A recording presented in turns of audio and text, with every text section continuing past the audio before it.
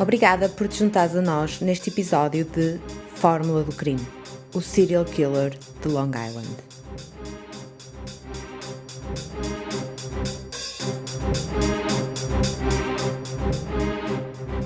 Anteriormente, em Fórmula do Crime, o serial killer de Long Island. Entrou no ano de 2024, detido numa pequena cela onde é mantido longe dos perigos que os outros encarcerados parecem representar. Os guardas prisionais fazem o máximo para que Rex não tenha contacto com os outros reclusos, temendo que eles lhe possam querer fazer mal. Mas o ano novo não lhe traz boas novas. A 16 de janeiro de 2024, tal como já era previsível, Rex Heuermann é acusado do homicídio não premeditado de Maureen Brenner Barnes. Supostamente, aquela que foi a primeira das 4 vítimas de Gilgo a ser assassinada. Com esta nova acusação, Heuermann e a sua equipa legal terão de lutar para desacreditar as provas apresentadas pelo Ministério Público no que se refere a 4 homicídios. Um aviso aos ouvintes: o seguinte podcast apresenta conteúdo que pode não ser indicado para todas as pessoas. Este episódio é continuação do anterior. Por isso, se apenas nos estás a ouvir agora, vai até o nosso podcast e seleciona o episódio 1 para não perderes pitada deste caso.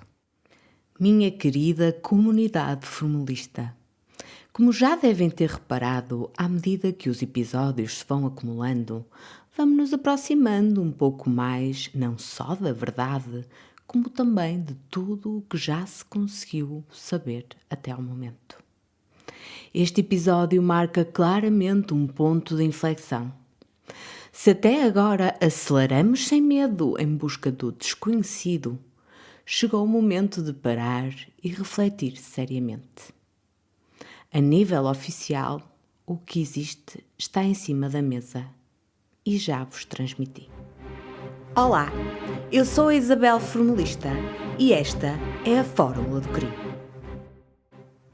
Depois de todo este imbróglio, segue-se o desenvolvimento do caso em tribunal, referente às acusações de Rex Heuermann e às 4 vítimas de Gilgo. O grande júri e a força de intervenção continuarão o seu trabalho, como o procurador Ray Tierney já garantiu. Procederão à investigação das restantes mortes.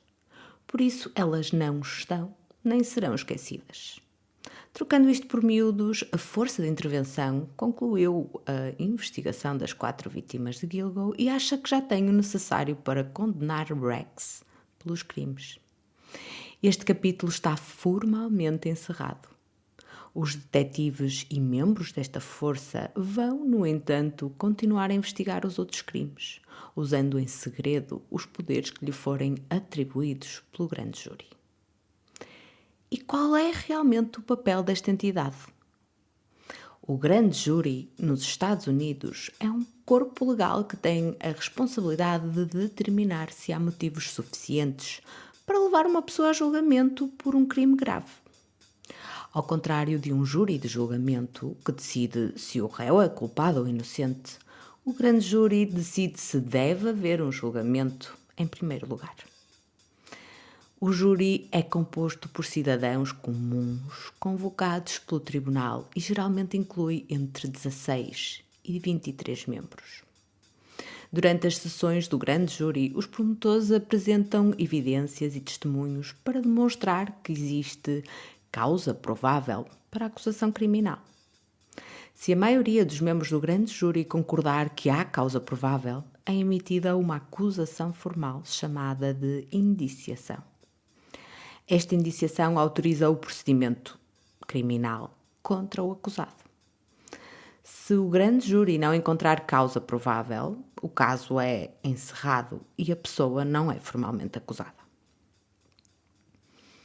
O sistema do grande júri é uma parte fundamental do sistema de justiça criminal dos Estados Unidos e é usado em casos federais e em muitos estados. É uma ferramenta desenhada para proteger os cidadãos contra acusações injustas e garantir que haja evidências suficientes para justificar um julgamento criminal. Através deste sistema podem ser emitidos mandados relacionados com os mais variados tipos de registro, nomeadamente telefónicos, bancários, etc. Tudo isso é feito em completo sigilo. E só no fim, se o caso prosseguir e continuar para julgamento, é que estes dados chegam ao conhecimento público. Já agora, pensando nisto, haverá cabelos nos corpos das outras vítimas? Será que foram encontrados? Que outras pesquisas Google relacionadas com outros assassinatos e outros estados ou locais fez Rex Heuermann? É que nos pedidos de fiança, o procurador deixa bem claro que as buscas incluem, mas não se limitam a, e que outros trunfos poderão estar reservados pela acusação para os poder usar contra Heuermann. Por isso, o episódio de hoje terá alguns fatos novos, mas incidirá sobretudo em pontas soltas, coisas obscuras e, por que não, algumas teorias. Começo por tocar num ponto que me tem incomodado, e bem, já há algum tempo. Como é por demais evidente, todo este caso avançou significativamente quando Rodney Harrison foi nomeado pelo executivo do condado, Steve Malone, que curiosamente é o mesmo executivo do condado que tinha em 2012 nomeado James Burke, chefe da polícia. Portanto, quando Rodney Harrison foi nomeado, e se tornou comissário da polícia do condado de Suffolk. Neste momento, no momento da nomeação, comprometeu-se publicamente a investigar a fundo os homicídios, acrescentando que não descansariam enquanto não levassem os responsáveis à justiça. Rodney tornou-se comissário nomeado a 21 de dezembro de 2021. O comissário da polícia é um posto que faz articulação entre a administração política do condado e a força policial. Tem um papel muito importante na supervisão das operações diárias policiais, incluindo, entre outras responsabilidades, a implementação de políticas prioritárias para a administração. Seria de esperar que o comissário fosse alguém com uma longa carreira policial. Mas tal não é obrigatório. Contudo, neste caso, Rodney Harrison tem provas mais do que dadas neste campo. Ele começou a sua carreira no Departamento de Polícia de Nova Iorque em 1991. Trabalhou como agente infiltrado nos narcóticos, subiu até ao posto de detetive e em 2003 recebeu o Police Combat Cross, uma distinção atribuída pela sua coragem num tiroteio que envolveu a polícia e um indivíduo armado. O seu percurso, entretanto, evoluiu, subiu de posto várias vezes. Em 2019 tornou-se chefe dos detetives do Departamento de Polícia de Nova Iorque, frequentemente considerada a melhor força policial dos Estados Unidos da América, e em 2021 foi promovido a chefe do departamento, onde era o oficial com a patente mais elevada. No fim de 2021, abraça o desafio, como já vimos, de Suffolk County. E, em frente a dezenas de câmaras de televisão, compromete-se direta e publicamente a investigar seriamente o caso dos assassinatos. Pouco depois, faz questão de se mostrar a visitar os locais do crime pessoalmente. E não é que Rodney é um homem de palavra? Um par de meses passam e a força de intervenção, ou de investigação, como lhe queiram chamar, é formada em fevereiro de 2022.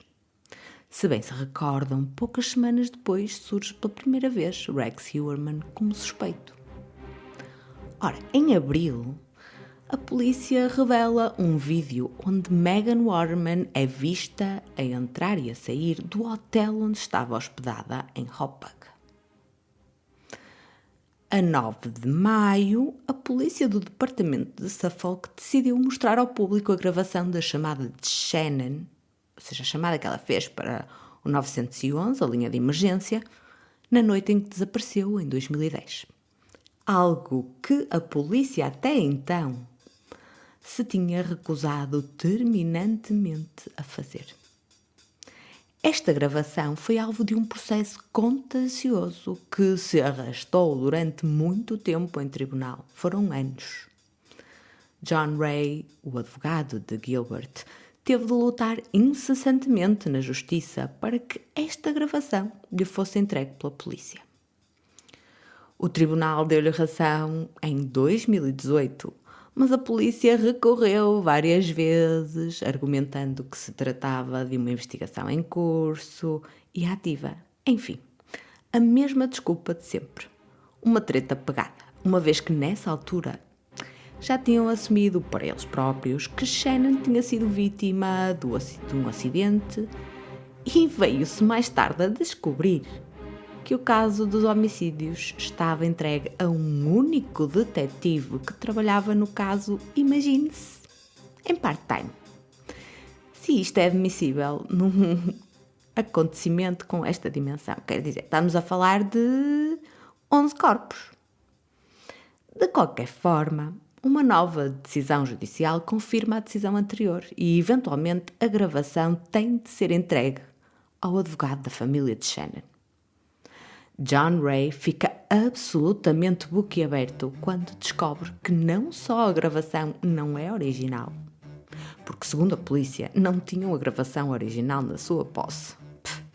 Enfim, como nunca tinham trabalhado seriamente nela.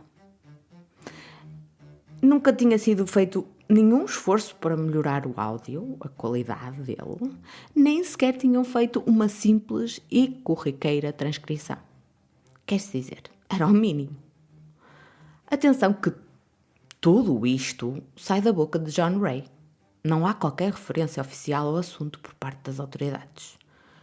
Portanto, John Ray tinha o áudio, mas não podia divulgá-lo ao público.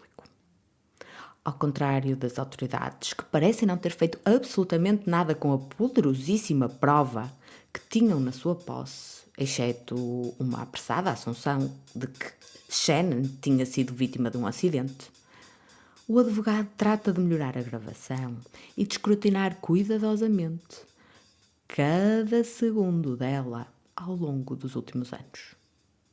Mas logo de caras, logo no início, Ray apercebe-se de que o que foi dito inicialmente pela polícia não batia certo.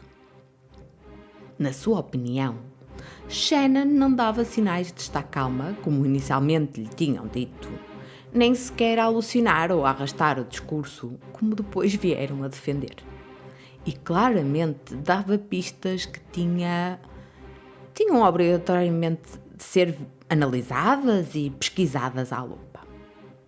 Então, a 9 de maio, e quase de certeza indo contra a vontade dos oficiais que lhe eram subordinados e que tanto lutaram para que se mantivesse em segredo esta gravação, Rodney Harrison toma a decisão corajosa de a divulgar publicamente. Mostrou também a gravação da chamada feita pelos 2 residentes da comunidade fechada de Oak Beach, Gus Caleri e Barbara Brennan, assim como mapas e outras imagens relacionadas com o caso.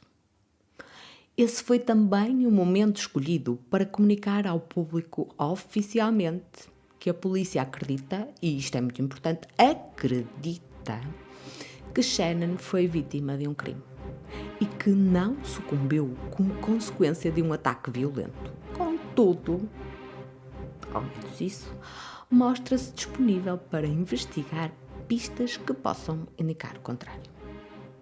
Deixam também bem claro que todos os relatórios, chamadas e informações recolhidas do caso de Long Island foram enviadas para serem analisadas pela Unidade de Análise Comportamental do FBI. A famosa unidade que é especializada, por exemplo, e principalmente em serial killers. É essa a conclusão generalizada a que chegaram. As autoridades acreditam que se tratou de um terrível e trágico acidente. Esta foi a conclusão que chegaram. Mas não nos podemos esquecer de que o relatório de autópsia, realizado pelo médico legista do condado, portanto, do lado deles, declarou a causa de morte como sendo indeterminada. Ou seja, nenhuma causa pode ser identificada ou excluída. Adicionalmente, o médico que conduz uma segunda autópsia, que neste caso foi pedida pela família, portanto foi uma iniciativa privada, disse que a causa de morte é consistente com estrangulamento manual. Para apoiar que basicamente não acreditam na teoria de que Shannon tenha sido assassinada. As autoridades ressalvaram diferenças importantes entre as circunstâncias que envolveram esta morte, em particular, e as restantes mortes. Por exemplo, Shannon foi encontrada no lado sul da rodovia. Os outros corpos foram encontrados na zona norte. Shannon fez uma chamada para o 911, a linha de emergência, ao contrário do que aconteceu com as outras vítimas. Shannon tinha um motorista para segurança e nenhuma das outras vítimas, tanto quanto se sabe, tinham qualquer tipo de segurança. Shannon foi encontrada com a sua identificação e com dinheiro. Não houve nenhum esforço para esconder o seu corpo. E foi encontrada na vizinhança de onde foi vista pela primeira vez, ou seja, a cerca de 1 km e 200 metros. E a polícia, de facto, neste caso, respondeu às chamadas de 911 dos membros da comunidade, Kaleri e Brennan. Como já vimos, a chamada de Shannon para a linha de emergência foi encaminhada para um outro departamento e só chegou ao conhecimento da polícia de Suffolk meses mais tarde. Por isso é que não despoltou nenhuma ação. Nesta conferência de imprensa, muito elucidatória, acrescentaram ainda que os possíveis suspeitos imediatos, neste caso Brewer e Peck, foram entrevistados antes de Shannon ter sido encontrada e que, caso tivessem algo a esconder, não seriam tão cooperantes como foram. A casa de Brewer foi alvo de buscas com cães farejadores de cadáveres várias vezes e ele cooperou totalmente. Peck foi interrogado no início deste caso e várias vezes. Disseram ainda que, na opinião da polícia, a indeterminação da causa da morte deve-se ao facto de o corpo ter estado exposto aos elementos durante tanto tempo, impossibilitando uma autópsia completa, o que resultou numa causa indeterminada. Pois, provavelmente pouco mais restaria do que o esqueleto. Os tecidos moles estavam ausentes e os órgãos também tinham desaparecido. No final, em jeito de conclusão e ignorando propositadamente perguntas de jornalistas, pelo menos é isso que dá a entender, Rodney volta a afirmar que Shannon foi vítima de um terrível e trágico acidente. Lembrem-se bem disto. Assim, em pouco mais de 5 meses depois de ter chegado ao cargo, Rodney Harrison e a equipa que lidera parecem ter dado passos enormes, não só que diz respeito à resolução dos crimes, uma vez que nesta altura já tinham chegado ao nome de Heuermann, mas também no que diz respeito à própria transparência. Algo que, infelizmente, faz muita falta em imensos países do mundo. E é também algo que não me entra na cabeça. Tudo bem que a polícia não pode revelar tudo o que sabe e que muitas vezes tem motivo para isso, ok. Mas o secretismo que envolve casos estagnados há anos, sinceramente não se entende. Então em Portugal é surreal. Não há acesso a nada. As conferências de imprensa são quase inexistentes, pois queixam-se das fugas de informação. Pois claro, não é de admirar. Se houvesse mais vontade de manter as pessoas a parte, pelo menos parte dos esforços e dos avanços do caso, provavelmente não havia necessidade para haver tanta fuga. Sabem uma coisa? Se queremos copiar os americanos, aí está algo que seria bem mimetizado. Acesso a documentos, provas, alguma coisa palpável. Nunca se sabe de onde pode vir uma pista que revoluciona um caso estagnado. aproveitando já aqui este meu balanço, outra coisa que podíamos imitar é a infeliz prescrição.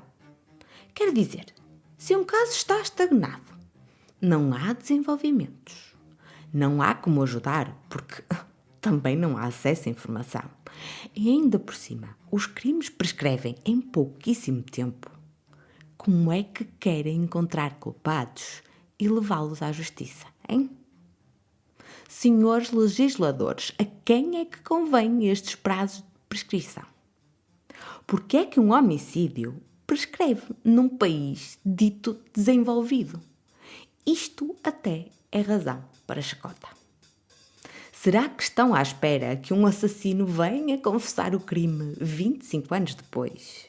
Uma vez que não há nada que possa ser feito nessa altura? E se for um serial killer com várias mortes do currículo?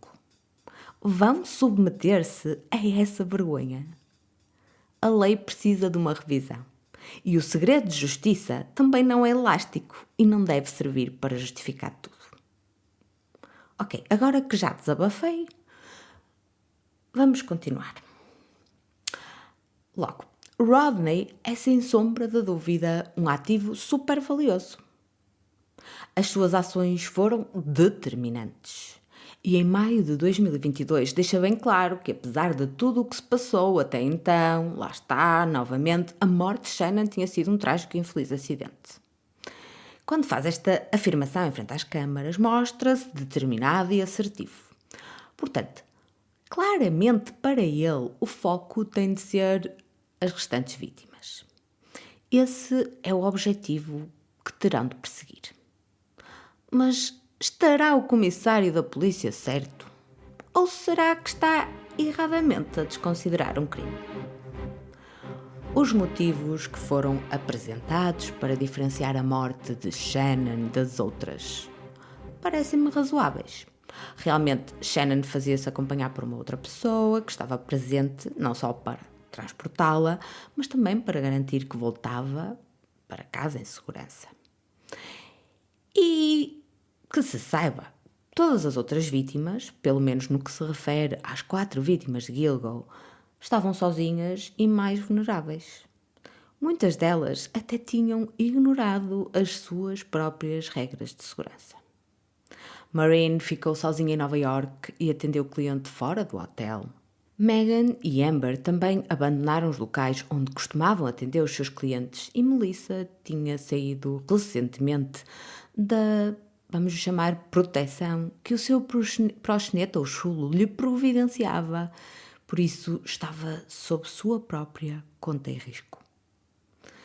Realmente, Shannon foi encontrada num lado da via rodoviária Ocean Parkway e as outras vítimas foram encontradas do lado oposto. Ou seja, o lugar onde o corpo teria sido descartado, se elas tivessem todas sido vítimas do mesmo assassino, era diferente. Realmente assim foi. Ao contrário das outras vítimas, Shannon foi encontrada perto do local onde foi vista pela última vez, enquanto que as restantes vítimas foram encontradas bem longe. Ok. É verdade que Shannon teve a oportunidade de aceder ao telemóvel para pedir ajuda, e essa hipótese também não foi dada às outras vítimas. Não houve tentativas de ocultar o seu corpo. Tudo isso é correto e confere com os dados. Mas será que estes factos têm assim tanta importância? Há que considerar o que existe, não só a nível de diferenças, mas também a nível de coincidências. Shannon é uma acompanhante, tal como todas as outras mulheres encontradas em Long Island. Desapareceu quando se foi encontrar com um cliente, assim como pelo menos 4 vítimas de Gilgo. E muito provavelmente, tal como tinha acontecido com todas as outras. É jovem, tem estatura baixa, trabalhava na cidade de Nova York, mas não era nativa da zona. Anunciava os seus serviços no Craigslist e no Backpage. Foi-lhe prometida uma soma mais elevada de dinheiro do que normal pelo encontro daquele dia específico. Foi encontrada na berma da mesma via rodoviária que atravessa aquela zona de Long Island. Quer dizer, não foi do mesmo lado, mas sinceramente, qual é a real importância disto? foi na berma da mesma estrada. Para além disso, Shannon desapareceu em 2010, quando Maureen e Melissa já tinham desaparecido e poucos meses antes do desaparecimento de Megan e de Amber. Por isso, embora o local específico onde foi encontrada difira, a sua localização geral não difere. E a faixa temporal também não.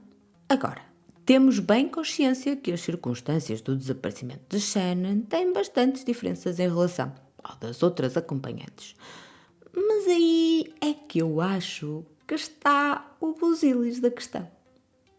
Tem diferenças porque Shannon é realmente um caso diferente de todos os outros.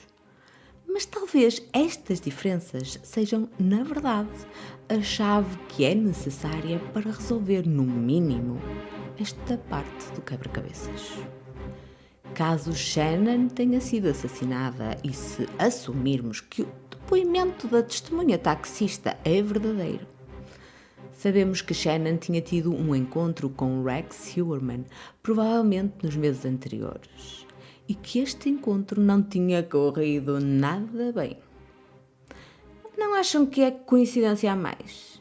Ainda por cima, se tivermos em conta que Shannon desapareceu em maio de 2010 e que no mesmo ano, em setembro, Rex Heuermann teve também um encontro com Amber Costello e que também este encontro não lhe tinha corrido propriamente muito bem. Poderemos nós ignorar o facto de que em 24 horas, mais coisa menos coisa, Rex voltou à casa de Amber para se vingar e ela nunca mais apareceu. Serei eu, porventura, a única alminha que está a pensar que Rex não conseguiu tirar da cabeça aquela vez em que, muito provavelmente, se preparava para fazer uma nova vítima e não descansou até conseguir o que pretendia? Isso, claro, assumindo e partindo do princípio que Rex é o culpado dos assassinatos das 4 vítimas de Gilgo.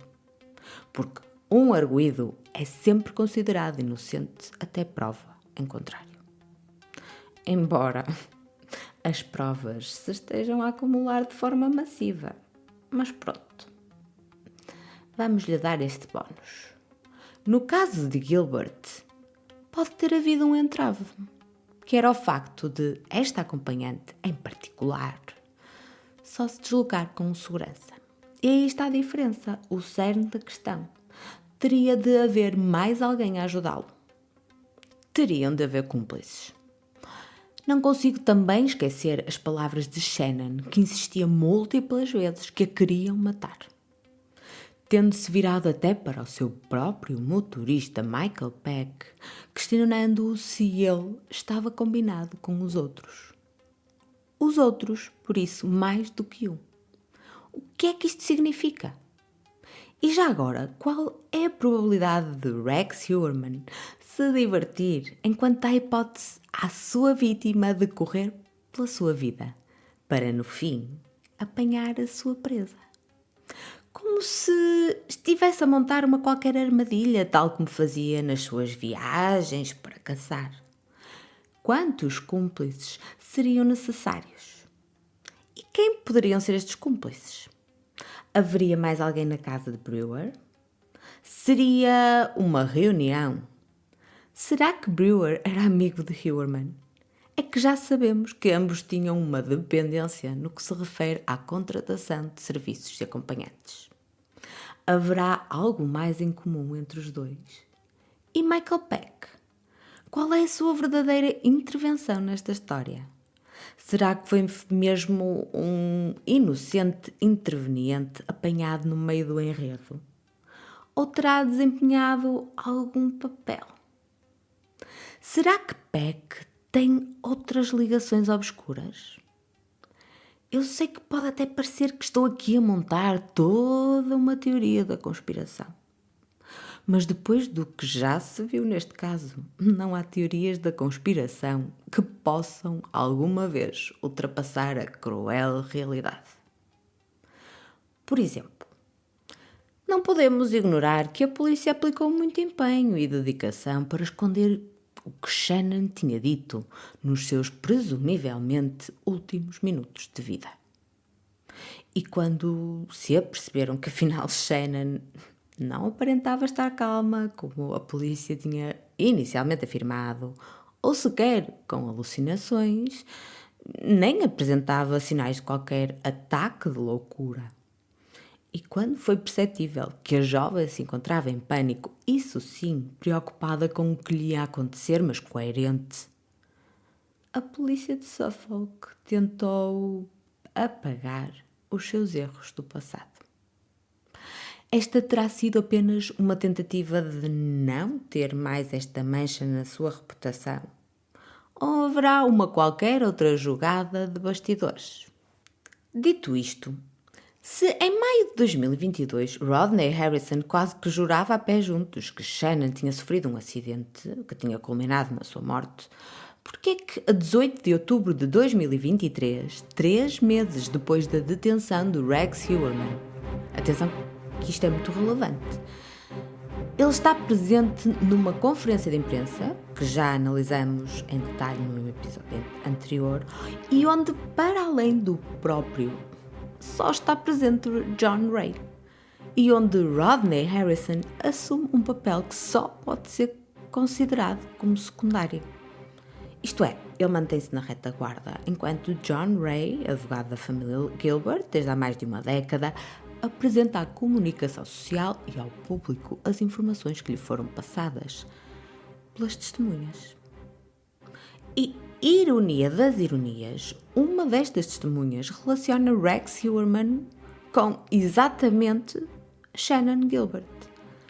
Será que Rodney Harrison mudou de ideias? E porquê é que estava ali sozinho, abandonado, sem os membros da força de intervenção e principalmente sem o procurador do caso, Ray Tierney? O que é que significava a sua presença isolada? Uma coisa é clara, a presença de Rodney pretendeu dar credibilidade às informações veiculadas na conferência de imprensa e àquilo que John Ray dizia. E para confundir ainda mais as coisas, no pouco que falou, Harrison afirmou que se as pessoas estivessem reticentes em contactar diretamente a polícia para fornecer pistas ou informações, podiam contactar John Ray. Ora, isto caiu que nem uma bomba na comunidade que está a acompanhar o caso. E deve ter caído como uma bomba nuclear no colo do procurador, que imediatamente, isto é, no mesmo exato dia, emitiu um comunicado que veiculava o seguinte: sem termos recebido qualquer aviso prévio, nós, os procuradores envolvidos no caso em tribunal e os membros da força de intervenção que diariamente investigam os homicídios de Gilgo Beach, assistimos à conferência de imprensa de hoje sem saber qual seria o seu conteúdo. Continuamos a investigar o caso pelo processo do grande júri e não através de conferências de imprensa. Nenhum advogado privado é ou alguma vez foi membro ou agente da força de intervenção. Qualquer cidadão que acredite ter provas relevantes relacionadas com a investigação de Gilgo Beach deve reportá-las às agências de investigação que compõem a força de intervenção. Essas agências são o Gabinete do Procurador Distrital do Condado de Suffolk, o Gabinete de Homicídios do Departamento de Polícia do Condado de Suffolk, o Gabinete do Xerife do Condado de Suffolk, a Polícia Estadual de Nova Iorque e o FBI. Quaisquer advogados representantes das vítimas ou das suas famílias, por definição, têm um conflito de interesse e não devem fazer parte da investigação. Ora, aqui vai disto.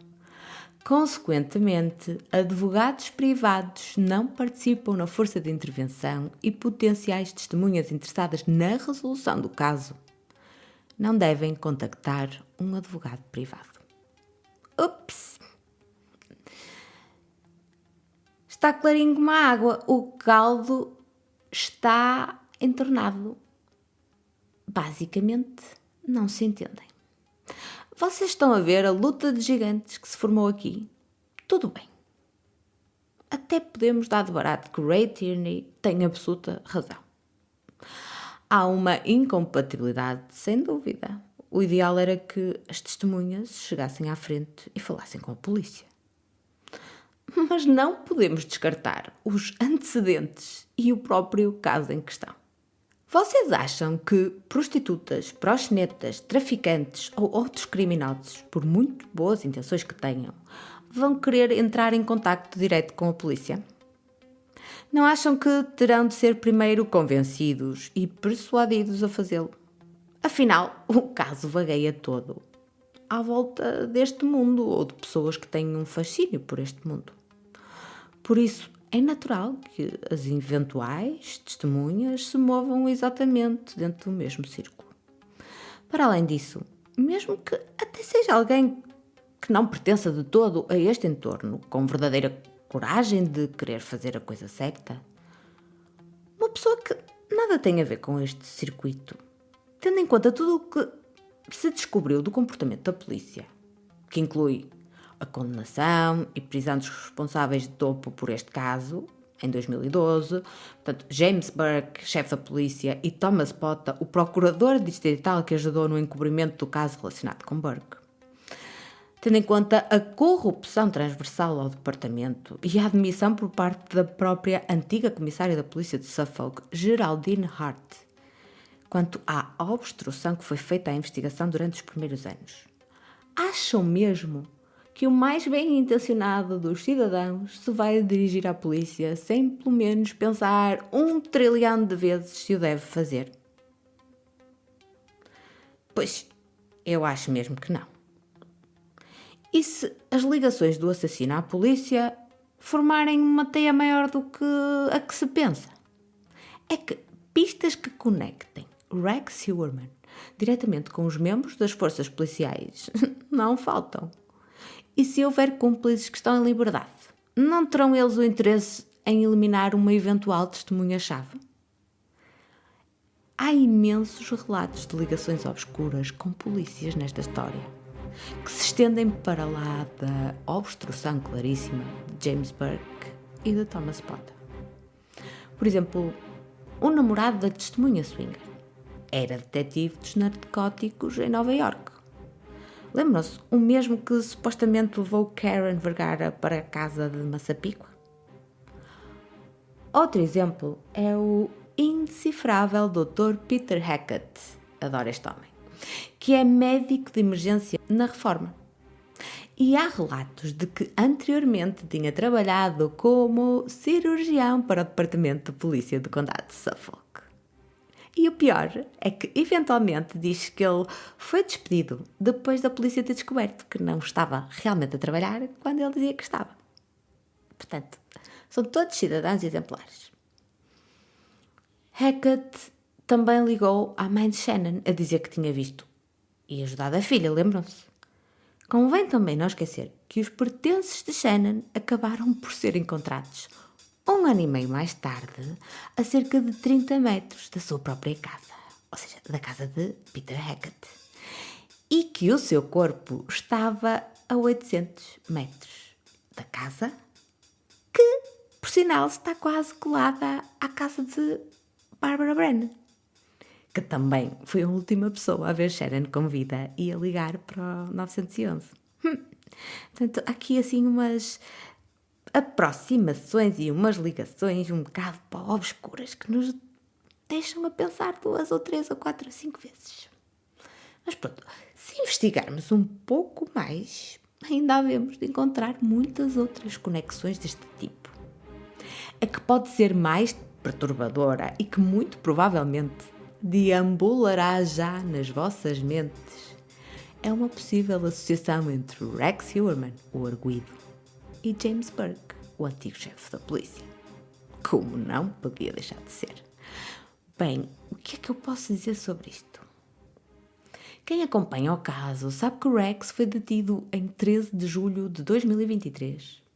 Lá está, em conexão com os assassinatos das 4 vítimas de Gilgo. E que, a 22 de agosto, James Burke foi detido numa operação policial surpresa montada no Parque Memorial aos Veteranos de Guerra do Vietnã. Ou seja, tinha-se passado menos de um mês e meio desde a detenção de Rex até a detenção de James Burke. E Burke tinha sido precisamente detido por andar à procura de um encontro rápido para sexo gay. Os americanos têm um termo para isto e chamam-lhe gay cruising, quando um gay procura encontros sexuais rápidos com estranhos em vários locais públicos, como parques, casas de banho públicas e estacionamentos. E parece que há zonas bem conhecidas por isso em Long Island, incluindo, por exemplo, Massapequa Park. Em outubro, na famosa conferência de imprensa, já muitas vezes aqui citada, John Ray diz que a testemunha swinger, para além de ter colocado Karen Vergara na casa de Hewerman, refere também um envolvimento de teor sexual entre Rex e o namorado desta testemunha swinger da altura. Ora, isto significa que Rex não só teria uma dependência de prostitutas, como também era bissexual. E é importante ter em mente que, apesar de todas as especulações, foi encontrado o corpo de um homem asiático vestido de mulher e que, contrariamente às outras vítimas, tinha sido agredido com uma forte pancada na cabeça. Logo, se o testemunho da swinger for verdadeiro, tanto Rex como Burke procuravam encontros sexuais não só com prostitutas, mas também com outros homens. Consequentemente, é natural que se conhecessem e que talvez até se movimentassem no mesmo círculo de amizades, tendo em conta estes pontos de interesse em comum. Por estas e por outras, é que continuo a achar que todo este caso envolve pelo menos o encobrimento e a cumplicidade de uma ou de várias pessoas. Imaginem só que, ao apanhar Rex, ele se lembrava de escancarar a boca e de arrastar o bom nome de uns quantos cidadãos, à primeira vista respeitáveis, assim, pelo cano abaixo de uma só vez. Será que Rex não pode ter usado estas ligações ou conhecimentos em seu favor? Terá feito assim uma pequena chantagenzita? Será até que não havia um grupo restrito de pessoas que se juntavam para poderem dar asos às suas fantasias mais sórdidas? Não seria a primeira vez. Pelo que já vi até agora, não há cenários impossíveis, por mais recambulescos que pareçam. Afinal, ambos se movimentavam de forma obscura nas franjas da sociedade. Voltemos a Rodney Harrison. No dia 3 de outubro, menos de 2 semanas depois de ter estado na já famosa conferência de imprensa, apresenta a sua surpreendente demissão, 2 anos depois de ter assumido o cargo. Esta demissão foi alvo de muita especulação. Mas é um facto que as eleições estavam à porta e que Rodney muito provavelmente iria ser substituído em janeiro, uma vez que Steve Ballone, o executivo candidato que o nomeou, não poderia voltar a concorrer ao cargo devido ao limite de mandatos. Ele esteve 12 anos no lugar. E, nesse caso, uma nova administração de condado ia entrar em funções. Como o cargo de comissário da polícia é uma posição nomeada, Harrison teria de sair em janeiro. Para evitar isso, optou por se demitir, enfatizando que de imediato pretendia apenas passar tempo de qualidade com a família. O que se diz normalmente nestes casos, portanto. Rodney Harrison demitiu-se no dia 3 de novembro e as eleições estavam agendadas para 7 de novembro. E, de facto, a administração do condado acabou por mudar de partido. Passou das mãos dos democratas para as mãos dos republicanos. Ainda estou para perceber se isso são boas notícias. Logo veremos. Bem, este raciocínio tem a sua lógica, mas se assim for, porque é que decidiu juntar-se a John Ray à revelia de toda a força de investigação? Ou pelo menos sem lhe dar conhecimento? E mesmo no momento em que planeava sair? E o que é que podemos dizer quanto ao seu comportamento nesse momento, considerado distante e quase ausente? Nessa altura, Harrison muito provavelmente já tinha decidido demitir-se. Então porquê? Será que houve algum tipo de oposição interna ao seu trabalho nas forças policiais? E desta forma quis passar a mensagem publicamente de que há algum tipo de movimento menos recomendável formado ou formar-se e que pode manchar de forma irremediável a investigação? Sem dúvida que Rodney quis dar credibilidade a John Ray. Pensará ele que Ray é a única pessoa que não pode sofrer pressões e que conseguirá, com a sua persistência inegável, chegar à verdade? No fundo, o ex-comissário quase que canalizou possíveis novas testemunhas para o advogado John Ray em detrimento da força de investigação. Tudo isto deixa-me muito curiosa, tenho de confessar. Fico a pensar numa possível guerra que se estará a passar nos bastidores. O que é perceptível é que há um qualquer género de confronto entre os métodos definidos e aprovados por Rodney Harrison e por Ray Tierney.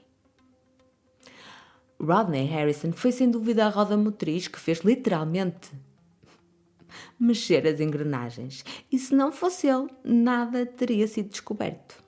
Por isso, por muito que custa Ray Tierney, foi Rodney Harrison que se comprometeu publicamente, que recrutou quem tinha de recrutar e cumpriu a palavra.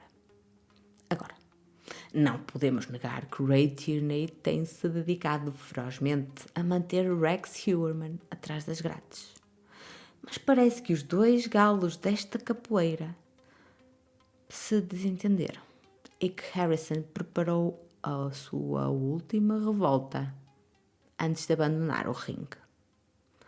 Senhores, este caso já é complicado que chego. Não precisamos aqui de mais escaramuças. Não há dúvida que Harrison quis marcar uma derradeira posição. Mas o que está por trás disso? O que é que se esconderá por baixo da superfície? Para já, como já vem acontecendo mais vezes do que o desejável neste caso, não sabemos. Há uma sombra que envolve a investigação ao assassino em série de Long Island e ela perpetua-se ao longo do tempo. Quando achávamos que já se teria dissipado, eis que surge, do nada, um súbito nevoeiro para nos voltar a preocupar. Eu acredito firmemente que este caso só poderá ser resolvido com transparência e cooperação interestadual. Doa a quem doer, chega até quem chegar. Perseguir a verdade é a única forma de conseguir identificar o ou os culpados. Ninguém me tira da cabeça que haverá outras vítimas, quem sabe noutros estados, e não faltam conexões. Mas isto seria um campo para explorar toda uma série de episódios. Para já, há muita especulação. Fala-se de possíveis associações a outros clusters de mortes que foram associados ao mesmo homicida. No fundo, especula-se que há, em várias jurisdições diferentes, um conjunto de corpos que no final serão todos relacionados com a mesma pessoa. Os assassinatos da Route 29, os assassinatos de prostitutas em Atlantic City e casos não resolvidos em Las Vegas, Nova Jersey, Nova York e nas Carolinas parecem ser os focos de interesse que reúnem mais consenso. E, meus amigos, o que é que aquele conjunto cercado de propriedades na Carolina, onde neste momento vive Craig Heuermann, o irmão de Rex, e onde foi apreendido o Chevy Avalanche de cor verde, esconderá? Sempre que penso nisso, Penso automaticamente nas seitas religiosas que defendem a aproximação do fim do mundo, aqueles que têm aquelas previsões catastróficas, onde um conjunto de pessoas vivem segundo as suas próprias leis, praticando comportamentos criminosos e obscuros. Até me dá arrepios só de pensar. Basta apenas que haja uma conexão comprovada entre Huerman e uma vítima num outro estado para que o FBI tome as rédeas da investigação. Há também ligações ainda não confirmadas com uma possível rede secreta de tráfico e exploração de adultos e possivelmente menores que atravessa e tem tentáculos em todo o país. As especulações chegam até a referir, vejam lá, eventuais estrelas de Hollywood e personalidades com um importante peso na sociedade. Para já não há certezas, só rumores e imensas suposições. Aguardamos atentamente novos desenvolvimentos, mas temos a certeza de que há muito mais do que o que aparentemente é mostrado à superfície. Acredito piamente que este será um caso que atingirá proporções que vão muito para além do que se pensa, com contornos únicos e intrincados. Tenho a certeza de que, num futuro próximo, este caso fará parte do programa das aulas de criminologia e psicologia um pouco por todo o mundo. Porquê? Independentemente de todas as teorias mais fundamentadas ou menos fundamentadas, a maioria dos serial killers começa a atuar na casa dos 20. Rex Huerman foi detido com 59 anos e matava compulsivamente de forma praticamente insaciável. Cabe na cabeça de alguém que tenha começado tão tarde, que tenha parado de repente ou que não haja outras vítimas. Long Island e Gilgo Beach não serão os únicos locais que Rex usava para descartar os cadáveres de quem assassina.